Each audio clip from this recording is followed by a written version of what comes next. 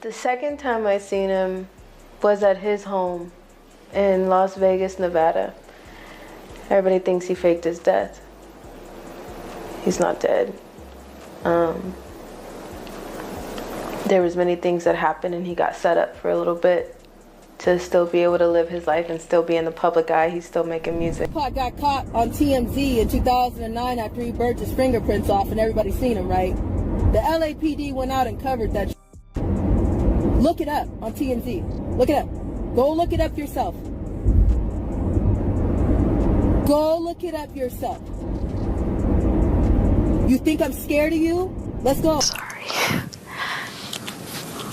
He was, it was beyond friendship for us, you know, as far as just, it's really difficult to explain because... Brother Bilal is back at it again, and this time he's putting Jada Pinkett right in the spotlight over claims she's been keeping quiet about Allie Carter possibly being Tupac's daughter. Allie has been speaking on this for a long time, making it clear she believes her story is real, but for years, people brushed her off, saying she was just chasing attention and making things up for clout. Now things are shifting, and more people are starting to look twice at what Allie has been saying. What's really catching attention is the growing talk that Jada may have known more than she ever let on. Jada, you're a bald-head liar, and you're a addict, right? You told the world that you were going to sue me. As of yet, and you said you're going to do it swiftly. It's been over 2 weeks. So Jada, I'm giving you 2 more weeks to sue me. If you don't sue me, this is what's going to happen. All parties, right? And the people, the men that you hit with dildos, I'm naming names, right? All the salacious stuff that you have done and hurt other people, I'm naming names. You assassinate my character. You say I extort you. Well, extortion. People are questioning why she stayed silent if there was any truth to it, especially since Tupac's circle has also kept their distance from the situation. Some are saying it's all about image and connections, claiming they don't want to be tied to the serious claims Allie has been making about powerful figures in the music world. But Bilal is not letting this slide at all. He's been calling things out loudly, putting pressure on Jada and demanding answers. And it's turning into a major public situation. Ron Jeremy, Denzel Washington, Beyonce Knowles, Ellen DeGeneres, Whoopi Goldberg, Lady Gaga, Chrissy Teigen, John Legend, Joan Rivers, Rob Saget. Do you want me to keep going? Ask me. Everybody wonder why my smile is so deep.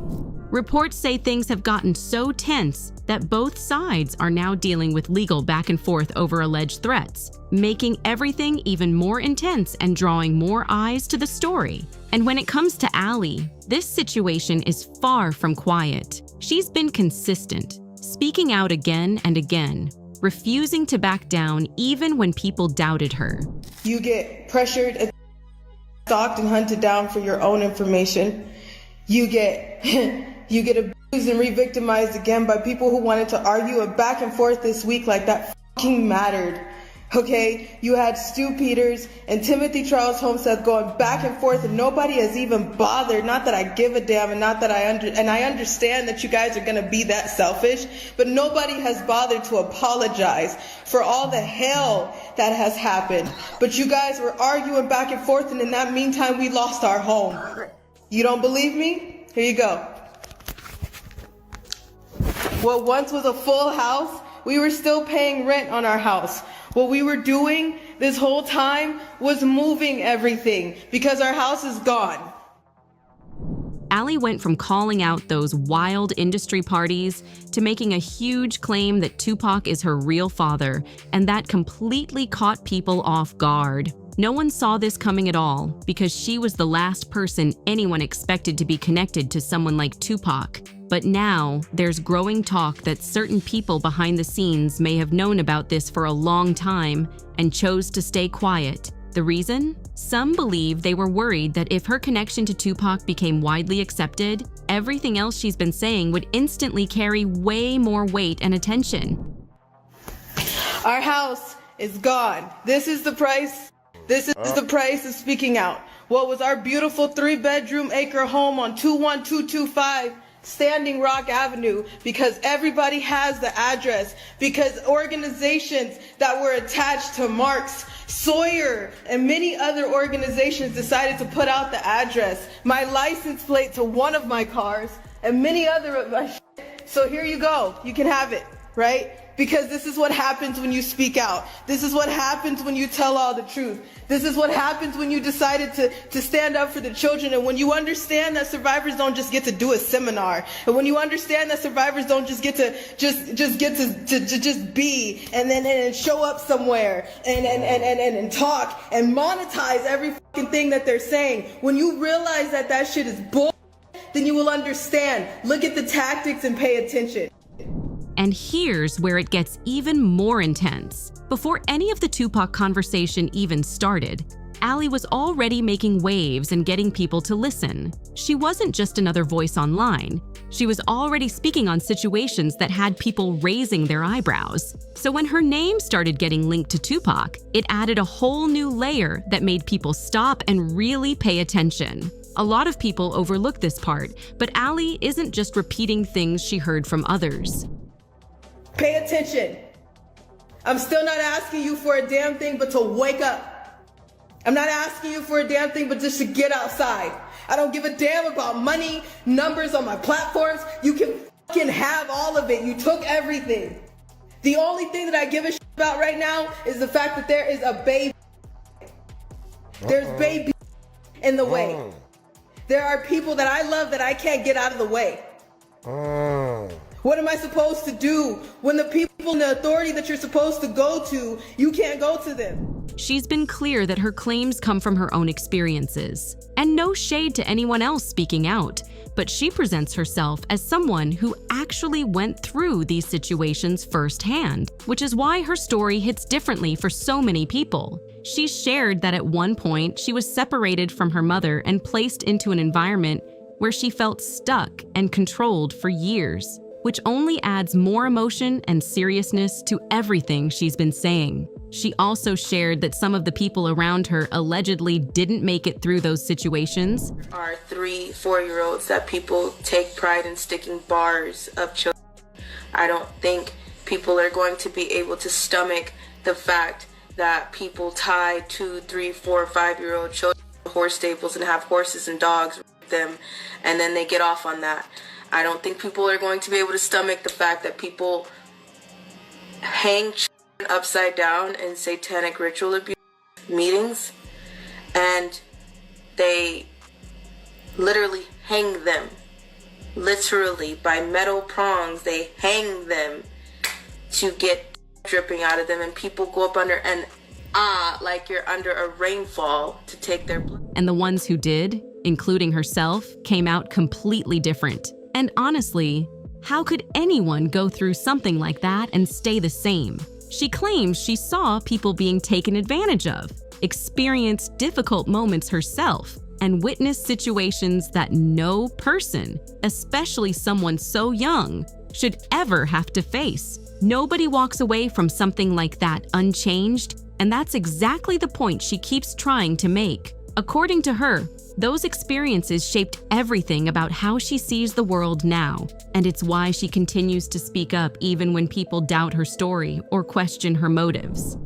Anybody that was in my biological family as surrogates, they know damn well what I'm talking about. All of y'all know what I'm talking about. And if something happens to this woman right here, that's the only person that I will ever consider. She is my mother. I know nothing else. So somebody touch my mama, it won't be a Sandra Bland situation. You guys will be seeing us on t-shirts. And I'm down with that because we know where we're going. But if insurance releases insurance, you release everything. When she felt like no one in authority was really listening or taking her seriously, she decided to take a different route and make everything official. She filed an affidavit, laying out her claims in detail, making sure her voice couldn't be ignored or brushed aside so easily. That move alone got a lot of attention because it showed she was serious about what she was saying and willing to stand on it publicly. And what really turned heads was the list of well-known names she mentioned in her claims, including Birdman, Denzel Washington, and even Beyoncé. That part had people completely shocked, because now the conversation wasn't just about her story anymore. And I mean everything. If a song comes on, I'm cleaning out my closet. Everybody knows what that means. So I want to tell you now, I know a lot of shit that I should not know. I haven't even got to the facilities. I haven't even got to things where things are buried. Why do I know cases that were in San Bernardino in 2005 when I was a... I know a lot of shit I haven't put off yet, because every time I do, you guys see what kind of hell that we get. So like I said, Tupac, you know what I'm talking about, and you won't even be able to hide from your own family. Try me. It was about how far these claims could reach. Then things took an even bigger turn when she came forward with the claim that Tupac is her father. According to Ali, the reason his family hasn't acknowledged her, even though she says she has proof, is because it could complicate the legacy they've carefully built around his name. From looking at him, wasn't necessarily like the type of cat that I would even like deal with, you know. But as soon as he approached me, he was like a magnet. It was like once you paid attention to him, he kind of sucked you in. And we hit it off from that moment on. He would tell me all the time, Jada, you're gonna be a star. You know what I mean? I'm like, Pac, come on. He's like, you're gonna be a star. That idea alone has people talking because it raises questions about what might be kept behind the scenes versus what's shown to the public. She also shared a very shocking part of her story, saying that right after she was born, a nurse at the hospital was allegedly paid to switch her with another baby. According to her, that moment changed everything. You got it. You just got it. I don't think either one of us really thought that we would have made it in the way that we did. But we knew we were going to do something. He was one of my best friends. He was like a brother. Leading to her and her mother being completely separated from Tupac and his family. It's a claim that sounds unbelievable to many, but at the same time, it's the kind of story that keeps people curious and paying attention. Now, to be fair, there's no clear confirmation on these claims, and it's important to look at everything carefully. At the same time, people point out that unexpected stories have surfaced in the entertainment world before, so conversations like this tend to spread quickly and spark debate. And if there's anyone who might have insight into all of this, people keep pointing to Jada Pinkett Smith. As many already know, Jada and Tupac shared a very close bond. Do you have a tissue? Thanks.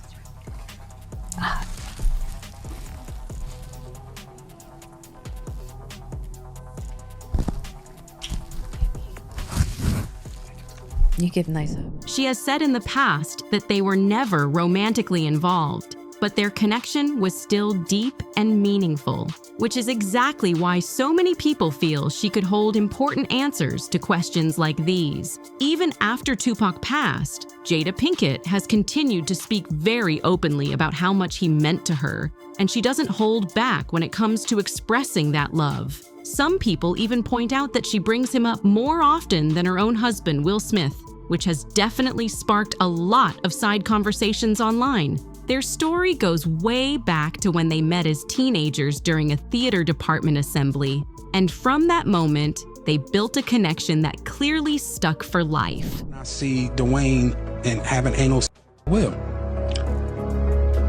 Let me process that for a second. There was a couch and Will was bent over on the couch and Dwayne was standing up, killing him. Murder. It was murder in there.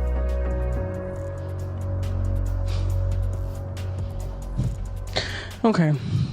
She's described it as something deeper than a regular friendship, almost like it was meant to happen from the start. And when you hear her explain it, you can tell it wasn't something casual at all. Jada once shared her thoughts on their bond, saying, "If there is such a thing as past lives, I definitely think that Pac and I have traveled a few times together. It just wasn't possible. It was like God made us that way. It was like, look, I'm gonna put y'all together, right? Y'all are gonna be a dynamic duo, but I'm going to tell you right now, I'm going to make it so y'all are not going to be able to get together. Because that just wasn't the purpose. He's not going to be able to be there because him and Charlie had something else going on.